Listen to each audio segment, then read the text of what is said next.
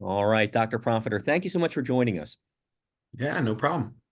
So, can you tell us how you got interested in the economics of arenas? Sure. I was a PhD student, early PhD student. Had to remember how long ago in the past was this. And just in the course of doing the PhD work, where my all of my research was in public finance, particularly property taxes, sales taxes, local government debt, and things like that. I always loved sports. I grew up playing sports, and then I read a paper, and someone managed to merge these two ideas together and talk about just a broader research agenda that at that point in time was still sort of nascent and hadn't really been poked or filled a whole bunch, and then all these sort of policy questions that you know people had asked, but we didn't really have the data, or people didn't bring empirics in to try to answer those data. So as a PhD student, I started playing around in the sandbox, and it turned out that I eventually learned that I could make a academic career on this, and people will pay me to do something that I would happily do for free. And here I am, 10, 15 years later. Um, Okay. So how does, generally speaking, an arena deal usually work? A major league team wants a new arena in the city. How does that usually happen? So oftentimes, I guess you think about this in if you already host a team, and that's going to be a slightly different process, at least initially, from I want to attract a team. Right? So if you take the scenario of I want to retain a team, so I already have one, but I want to retain it sometime during the current lease, and usually this is all anecdotal, somewhere in the 50% to 30% remaining on the lease, you start dropping hints. You start making these non-threat threats, as Neil deMause calls them. And those are these things like, in a few years, we're going to have to talk about renovations because our building's getting old, right? And you start having those conversations, or you look around the league and all these new facilities have these shiny whatever, and we need to have some of that. We're falling behind. This thing is now showing its age, right? That's another common sort of phrase. And so, anyways, around that 50 to 30% left of the lease, you're starting to drop these nuggets. And then eventually you start putting in deadlines. You're like, we want to be in a new facility by X year. Now let's work backwards. How long does it take construction to do? So, and then before construction, we have pre-development and all these legal issues to wrangle out. And then we have negotiation. So you work backwards and you end up somewhere in the last 10 years of a lease.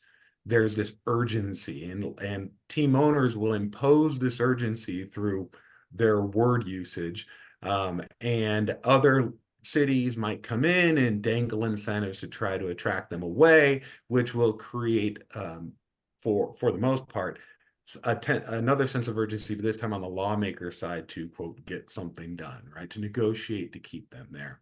And that whole negotiation process can usually take up the last half to last third of whatever existing lease there is. So that's kind of like the timeline with threats and non-threats.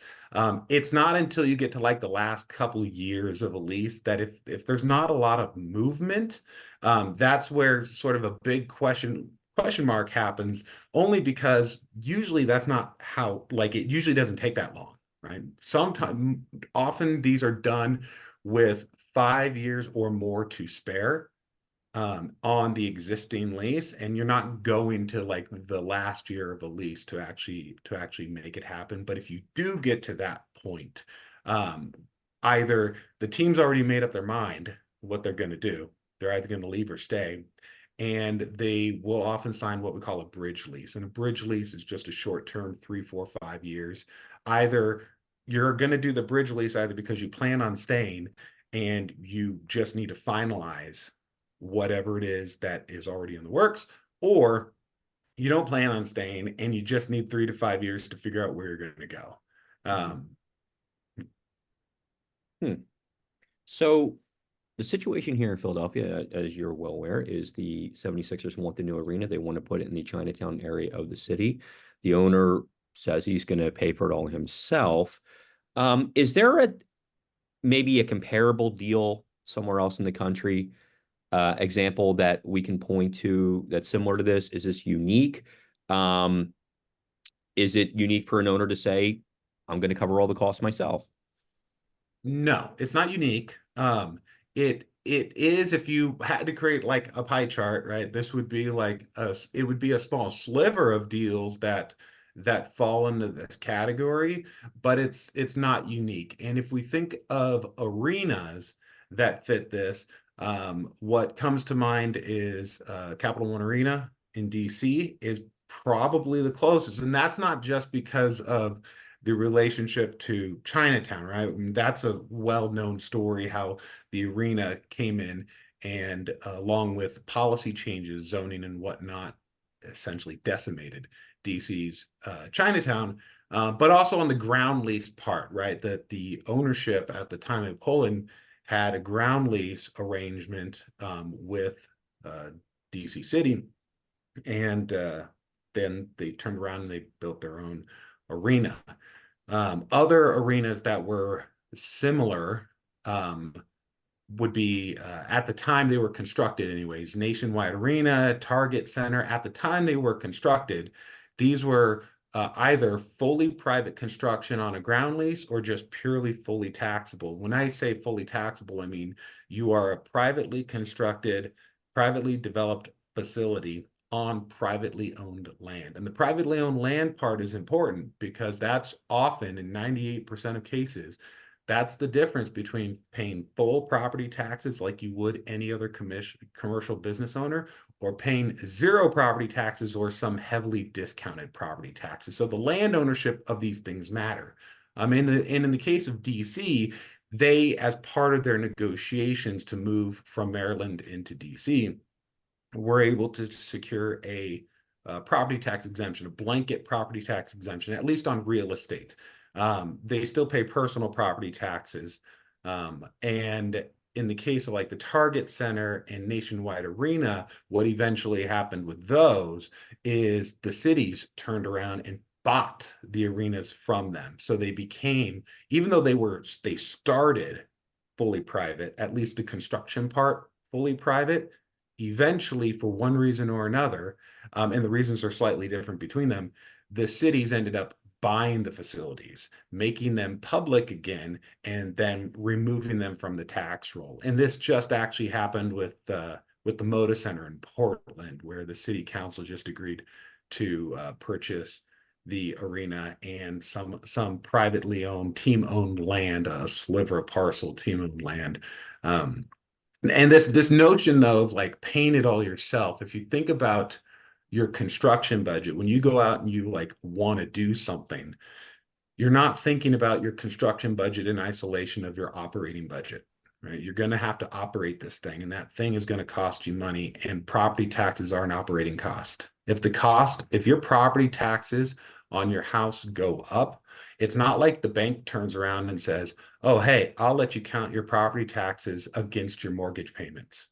I mean, that would be fantastic if they did, but that's essentially what team owners are able to get from city lawmakers and state lawmakers, where they basically will credit, lawmakers will agree to credit, in essence, property tax payments or lack thereof against, say, rent or anything like that. And so in this particular case, what that means is when you go to finance your arena, the Sixers might be paying for the arena, all the construction, but that's because part of that cost is being borne by taxpayers and the smaller property tax payment, right? Your property tax bill is lower, so you can buy more arena, right?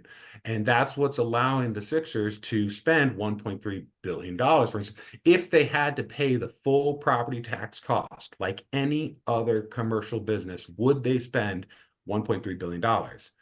No, economic theory and evidence tells us no, they wouldn't. If they were going to do that, then why are you giving them a property tax break? right? The Mhm. property tax break is to induce behavior, at least in theory. It's supposed to induce behavior that you wouldn't have done otherwise.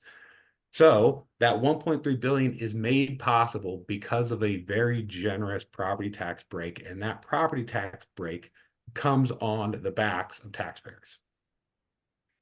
Hmm. Which is frankly just to say that when someone says, I'm financing this entirely by myself. I'm like, no, you're not. You're getting a huge property tax break. Plus, you're still going to receive, you still need services, right? And so we don't know, for instance, what security or police, additional police is going to be needed for parking or for traffic management or security or anything like that. But who's going to pay that bill? An EMS response, who's going to pay that bill? You still need public services. How are you paying for them?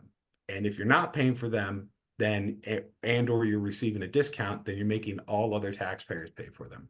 Mhm.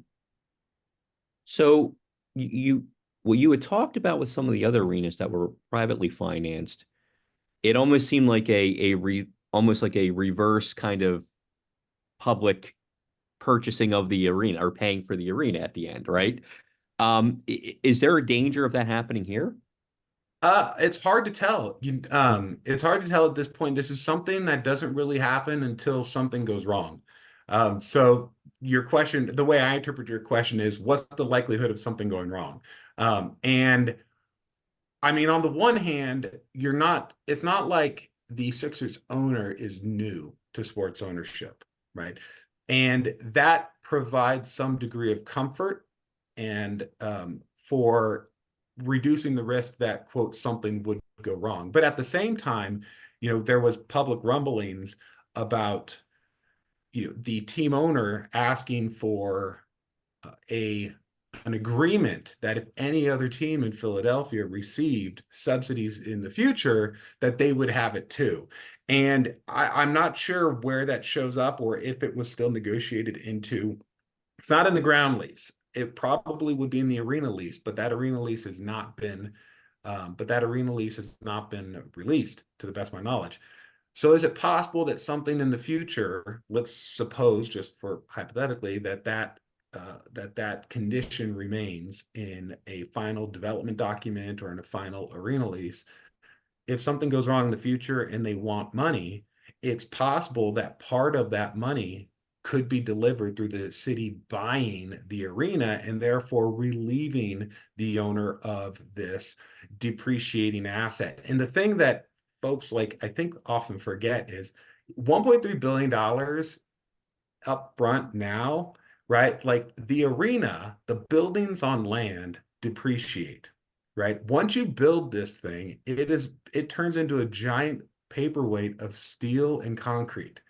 And it needs a lot of love in order to maintain it. And not necessarily structurally, but to maintain it as an attraction to maximize your revenue, it needs an influx of capital over a long period of time. And 10 years from now, 20 years from now, you're going to get tired of making those payments and upkeeping this facility, particularly when you see other team owners are getting new shiny buildings. And this is that keeping up with the Joneses that creates lots of problems. And frankly, lawmakers are doing it to themselves by participating in this world. So is it impossible? No, it's not impossible. Even if you build it privately now, that doesn't mean it remains private forever.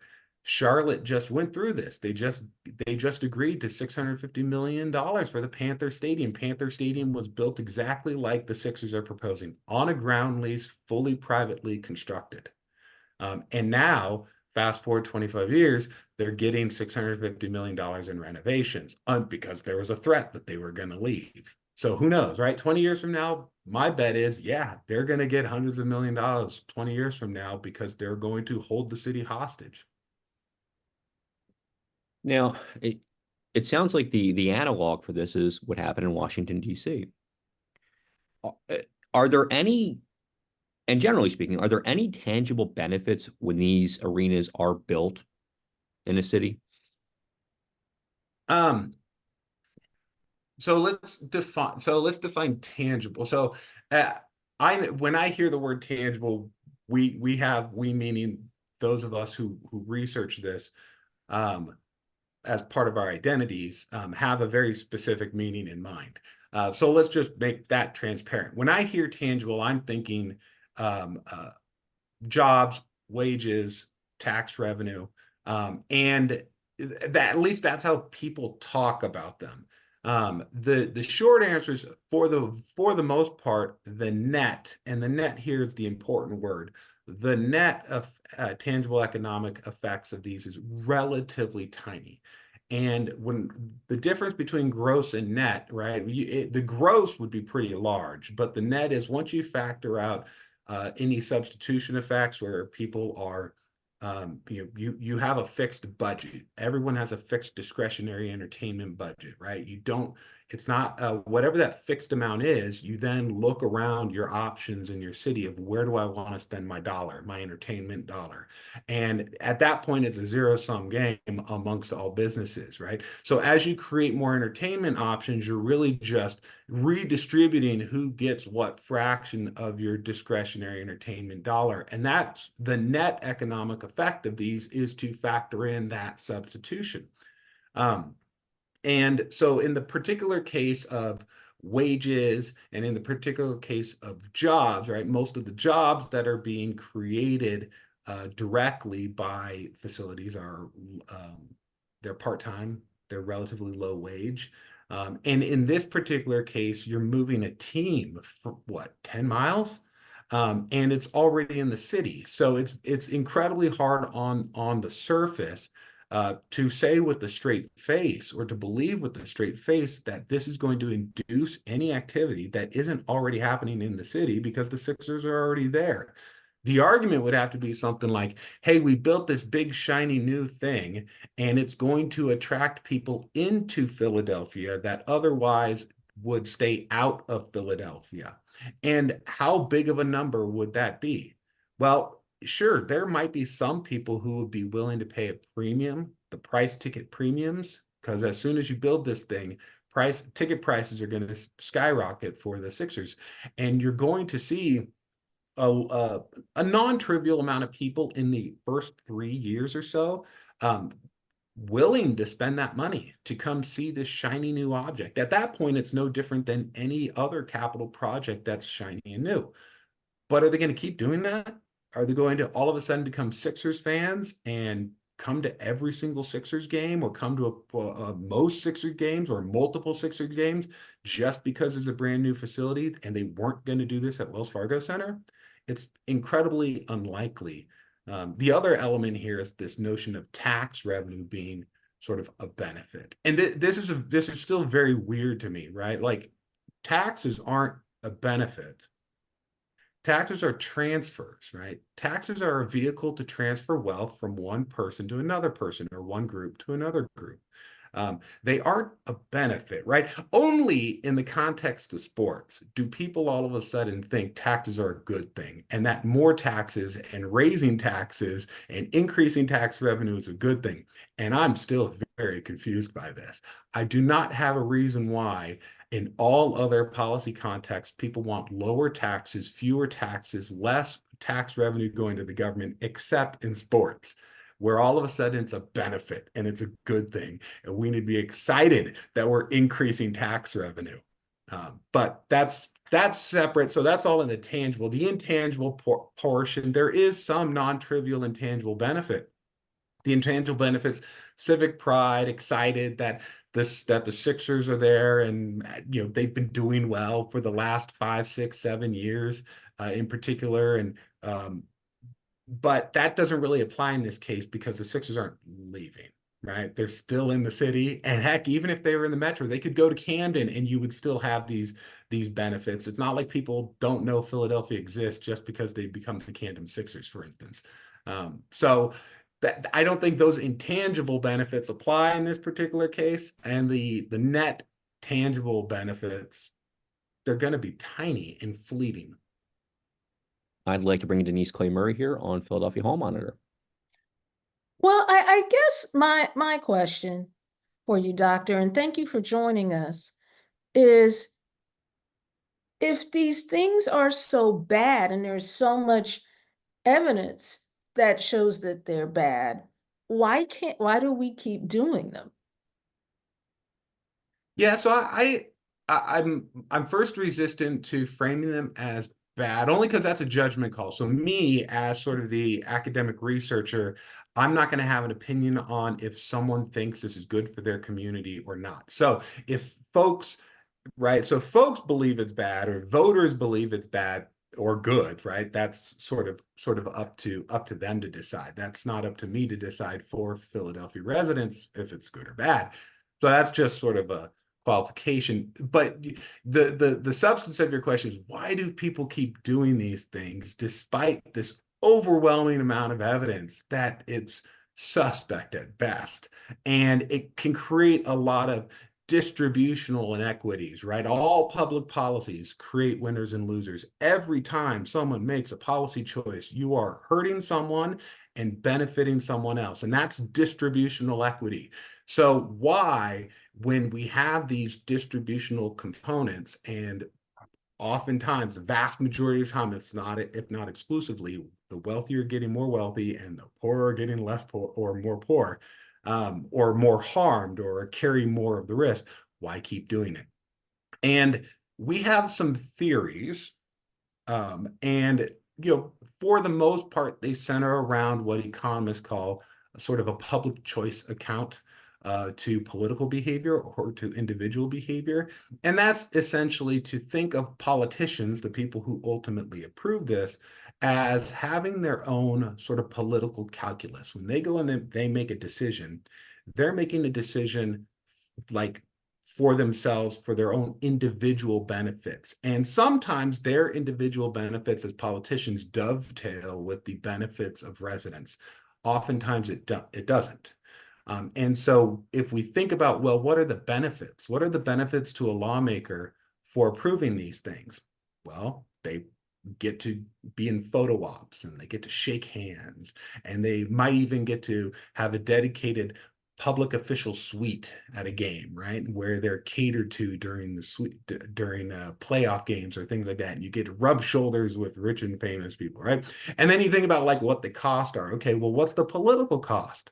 If those are the political benefits, what's the political cost, right? And political cost, well, there'd have to be some type of meaningful threat that you're not going to be reelected, right? At least for those who aren't on term limit, right? If you're not being term limited out, then and your goal is to stay in power, then you need to have some type of electoral incentive or disincentive to vote for or vote against.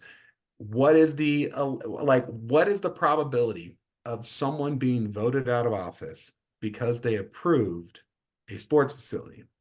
And the answer to that is slim to none, because sports facilities aren't like capital punishment or euthanasia or abortion or other like highly emotionally charged policy issues that take up people's or that define people's identity. When they vote, right? When we think as individuals, okay, who am I as a person and what do I want reflected in policymaking? Oftentimes sports facilities aren't part of that, right? So if it's not part of the core values that each individual voter holds, then it's probably not going to be a deciding factor in who you vote for. Only the big issues are what dominate people's decision to vote, right? And so this is at a theoretical level. Why does he keep persisting? To the individual lawmaker, their political benefits far exceed their political cost. So until there's real teeth behind until there's real cost, real teeth to actually supporting these, nothing's ever going to change. Residents, the voters, would basically have to say, this issue is so important to me that I don't care how else you vote on anything else. I'm going to vote you out of office if you support this. And I just don't see that sports even though it's billions of dollars, it just doesn't carry that same magnitude as other policy issues that occur throughout sort of the 4-year life cycle of a politician. Okay. Now, one of the things that I personally have noticed about about the 76th place, this arena, and how it's kind of been put together, or the whole policy around it has been put together, is that there is a separation based on race. Right now, you have members of the Black community who have been promised economic development and different things from the Sixers. And on the other side, you have the Asian community in Chinatown that's saying, no, no, no, don't do this, don't do this. Is this a common thing in projects like this? And I guess, what are the long-term consequences for places where this has happened? Is the rift permanent? And what happens with that? That it's absolutely fantastic, because this is one of these areas. There's a small group of sociologists who study sociology of sports and of urban places, and every now and then, and unfortunately, I still think there's far too few people studying this. But history of sports facilities, professional sports facilities, is unfortunately littered with similar instances. And so you asked a couple questions. Let me first give some sort of historical examples just to help put it in context. I'd mentioned before DC, but really we can go all the way back to Chavez Ravine and the Dodgers. And those, I think, are two fairly common one. But I think when the Philadelphia arena first started being discussed years ago, it immediately reminded me of Pittsburgh and the Hill District. And you had the Hill District had a very prominent Black community, lower income Black community, that in newspapers and lawmakers, which was white, would constantly frame this community and this neighborhood as blighted, right? And you go and you see the Black Run, and you read the newspapers of the Black Run newspaper and all the articles, and I'm like, that doesn't look blighted. That looks like a lively community to me. And yet it kept being called blighted and underutilized and run down, right? And so you had this very clear racial clash where the white lawmakers in power wanted to raise a large chunk of the Hill District in order to build what would become Mellon Arena, right, which would be the Pittsburgh Penguins' home. And there's a wonderful dissertation by a sociologist, PhD student sociologist from about 10 years ago, that documents this incredible history of this neighborhood. We can also, with the Atlanta Hawks and Omni Coliseum in downtown Atlanta, this same sort of issue sort of played out. It wasn't with sort of decimating or raising a predominantly Black or Asian or any other sort of community. It just tussled in the racial politics component of it was focused on, okay, well, you're doing these policies to benefit one racial subgroup. What about everyone else? Are you going to spread the love, so to speak, right? So those sorts of debates, and they were often acrimonious. Those debates, they happen often in sports. And if we think about, like, where a sports facility placed, like last time I checked, we don't put sports facilities in rich neighborhoods, right? They're not. And so simply in virtue of where lawmakers agree to put facilities, where they agree to entertain sites, it's going to create these racial tensions. And when I see the Philadelphia 76ers case, like, I can't help but think, 50 years ago in Pittsburgh, we saw something similar to this, except it was not the Black community, quote, versus the Asian community. And I don't really like that setup, even though it appears that way. It appears that that's what's going on, at least at a policy level. But similar in Pittsburgh, it was kind of like that, where you had white policymakers outside the neighborhood versus the predominantly Black the Black neighborhood, and trying to resist this policy that this is our neighborhood. Why are you coming in and trying to destroy it? And so those are the sort of some historical antecedents of this, and there are many others. With a little bit of research, folks can find that. But then you ask this question: how long does this last? And is this like a permanent sort of, is this a way to improve or hurt race or class or socioeconomic relationships over time. And we don't have data. As far as I know, we don't have longitudinal or historical data on that, because you'd have to measure people's attitudes towards different races, right? There's some historical precedents at a much larger level, right? We know, for instance, that there are still older generation Korean and Chinese residents in both China and Korea who are very reluctant to support Japan, right? Because of what happened during World War II. So is it plausible that people will hold on to anger and accuse other people in other groups for what they see as harming their community? Absolutely. I I if I were a betting man, I would not say that this is going to improve relationships among these groups. And but like, as a policymaker, you as the lawmaker have to see that and know that and make your decision, incorporate that into your decision. Like, what type of community are you trying to encourage, or do you want to encourage? Is it one there where there's more division or not? Okay. Now, fans probably don't play into this as much as they should, because I personally, as a Sixers fan, believe that after the way they stunk up the Boston Garden in 2023 on Game 7 on Mother's Day, yes, I'm still angry about this, for them to then turn around and have the unmitigated gall to ask a city whose Mother's Day you basically ruined to give you a new downtown stadium. It's just like galling to me. I mean, I just can't believe they're doing this. But what part do fans play in all this? And I ask because depending on which fans you talk to, you either have the fans who are like, yeah, I want a downtown stadium, it makes sense. And then you have the fans who want to keep the stadiums all where they are. And having lived in the neighborhood where the stadiums are, we're not real fond of that either. So, what part can fans play in all of this?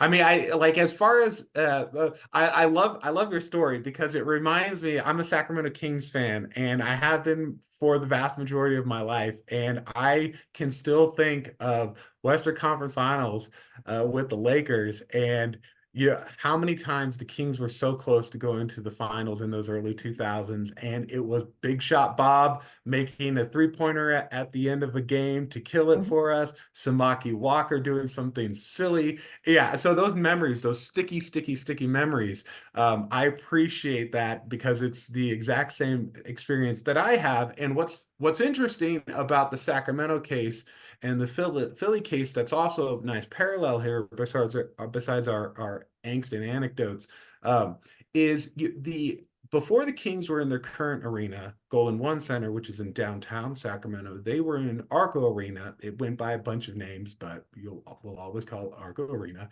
And it was basically what's going on with Wells Fargo Center and that sports complex, where it's just surrounded by parking lots, right? It's kind of like out in the middle of, I mean, South Philly is not middle of nowhere. It was, for Sacramento, it's more or less out in the middle of nowhere, and it's surrounded by parking lots. And there is a competing economic arguments for these integrated facilities in built up space versus isolated facilities. And one of my economic opinions is we should not be integrating these into downtown areas, right? And that's both me as a fan, I don't want a downtown facility. As the policy analyst who studies these things, I don't want a downtown facility. I want the isolated facility, right? And so when I think of like, what is the best possible example of how these things should be built as a fan and as a policy analyst, it's Richfield Coliseum. And of course, no one liked Richfield Coliseum because it was out in the middle of literally nowhere, and you had to drive like 40 minutes just to get there. But that's the point. It's out in the middle of nowhere, which means it's not going to disturb anyone, right? So sports facilities create both positive spillover effects, what we call positive externalities, and negative externalities. Okay? So when you're a fan and you're advocating for the location of a facility, for instance, if you don't think about negative externalities, then you're going to reach probably a different decision than if you do think about these negative externalities. And we'll give the example of traffic, right? So ingress and egress to downtown Philly, notwithstanding the train, is not going to be fun. On game days, even with the train, even if you're running extra trains, because this happens all the time in New York with Yankees and Mets games, even if you're running extra trains, it's gross. Like you sticking yourself into a shuttle car, crammed, and you've got maybe people in bad moods because maybe the team lost. And yeah, so that entire experience of trying to get in and out of downtown when 16,000 people, 18,000 people are trying to leave all at the same time is frankly not fun. At least in the complex, when you're trying to leave, you're in the comfort of your own car, right? Or a lift or something like that. And that gives you, that insulates you from some of the sort of negative externalities of, say, people being drunk or their bad moods or they're cursing or they're smoking or anything like that, that might like otherwise negatively affect your experience. And so in the case of traffic, you might still have that type of congestion, but ingress and egress is easier. In the case of the complex, there's more land and space to improve ingress and egress than you're going to have at the downtown arena. If you want better ingress and egress downtown, someone's going to have to pay for it. And it's probably not going to be the Sixers, which again, we get back to this question of, hey, I'm paying for the whole thing. Well, no, not really. You still need a whole lot of infrastructure to support it. And that infrastructure is going to cost taxpayers money. Okay, thank you. I'm going to give you back to Larry McGlynn, our co-host, and you're listening to Hall Monitor on WPPM 106.5. The sports moment that sticks in my head and will forever is the 2011 Phillies losing the first round of the playoffs to the St. Louis Cardinals. And at the last at bat, Ryan Howard tore his Achilles, and that was the end of that era of Phillies baseball. So I just had to throw that out there. Um, well, Dr. Geoffrey Propheter, thank you so much for joining us. Yeah, happy to do so. All right.